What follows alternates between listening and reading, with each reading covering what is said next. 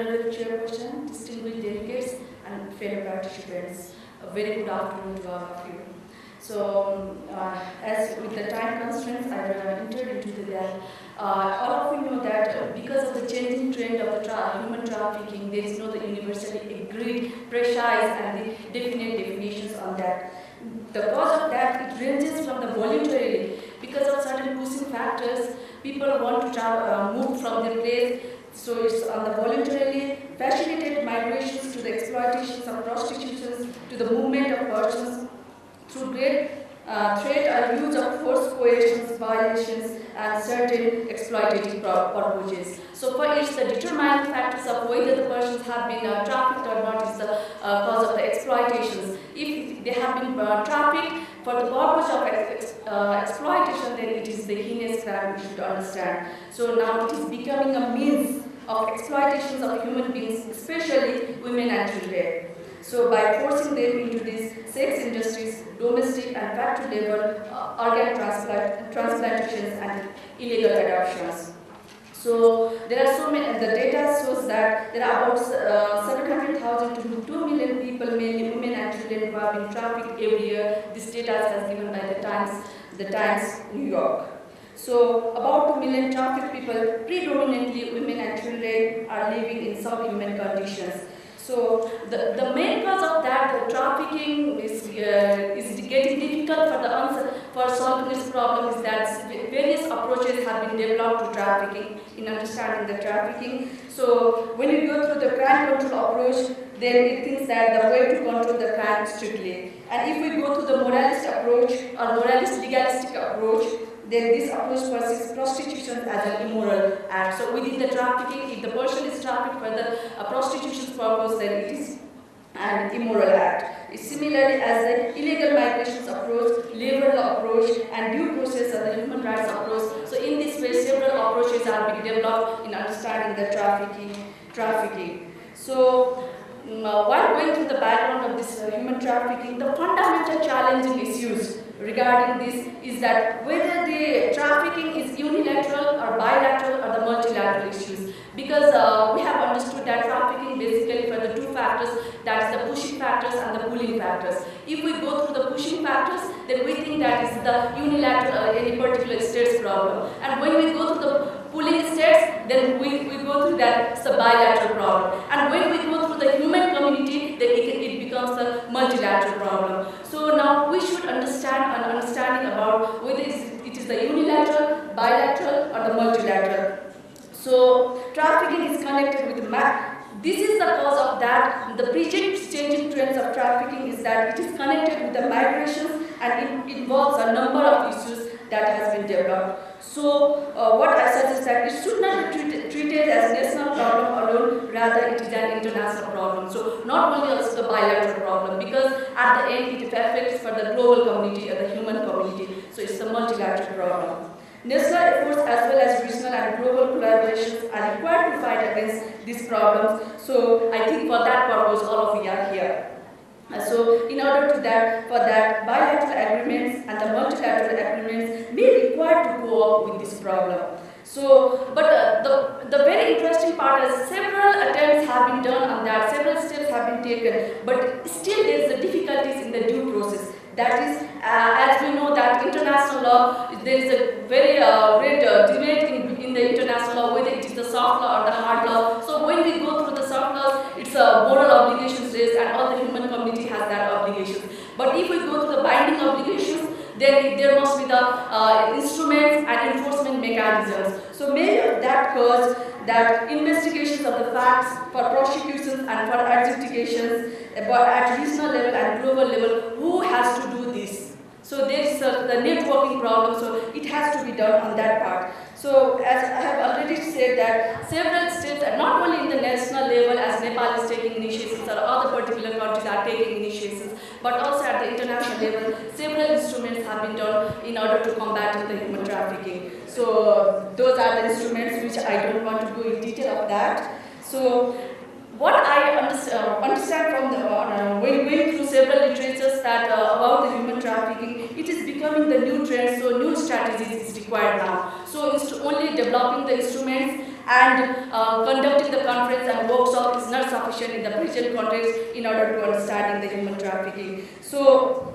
because of that, it is very difficult to find out whether it is a migration or trafficking. Because in the case of the Nepal and India, there are open borders over there, so people have been trafficked. In the name of the migrations, because of searching the job and other factors, they are moving from there. So how we have to understand on that part. And also now the present context in the developing countries, that in the name of the foreign employment, people are being migrated, and at that time, in the due time, they have been trafficked for that purpose. So it is also necessary to understand on that part.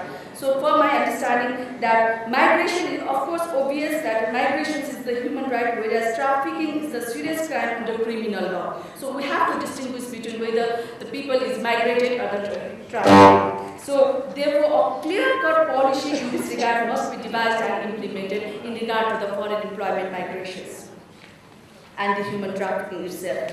So for that, existing border-based prevention mechanisms should be reassessed. Likewise, information management systems regarding cross-border movements needs to be developed. So, and in order that the extradition treaty and mutual legal assistance should be signed, especially with the country where trafficking is highly probable. If we can go through it, then maybe some solutions may come on that, on minimizing the human trafficking.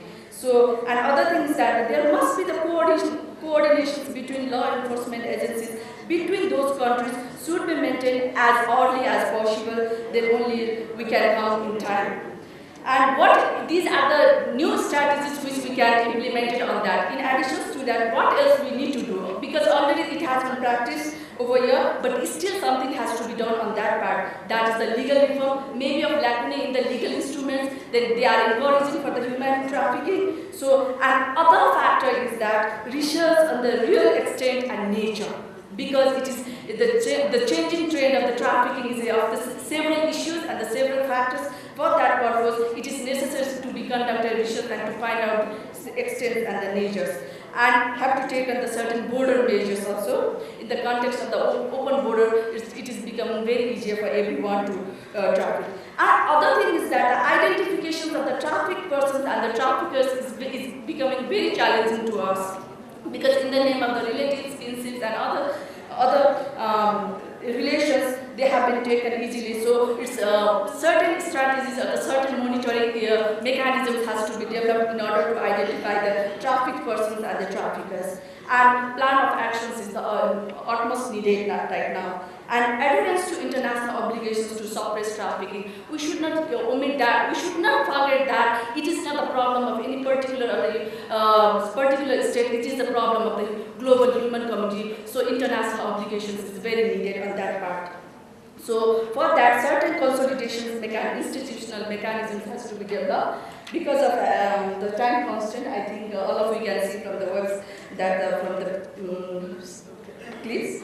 And at the end, I want to enter into the concluding remarks that trafficking is transborder crime. It needs collaborative efforts from police in the country of origin, country of transit, and the country of destination. If we can think on these three major areas, then it might be easier for us to reducing or solving this problem. So that is necessary on that part. And another thing is that we should not forget it has a long-term adverse impact on the development of human community. We should not take it as a normal situations, and because it's going on as the society is becoming more complex, so in search of the good opportunities, people may move. But that is not it impacts adverse impact to the development of the human community. So we should not escape. Like in the several problems, just I want to share that refugees problem is instead of reducing the refugee problem, it is multiplying. So for that purpose, recent development in reducing the refugee problem, third country settlement mechanism has been developed in order to address the collective security purpose. Similarly, in the case of the human trafficking, we also think that the other nations have the equal responsibilities, not only of the bilateral countries.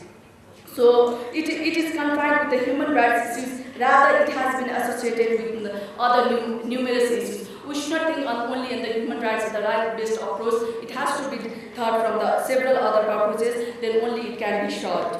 Although there have been many efforts in national as well as international level, the problem remains unanswered. What is the cause behind it? We have to think in this region context. because national efforts is being taken, international efforts have been shown, and still not, instead of reducing, it is multiplying.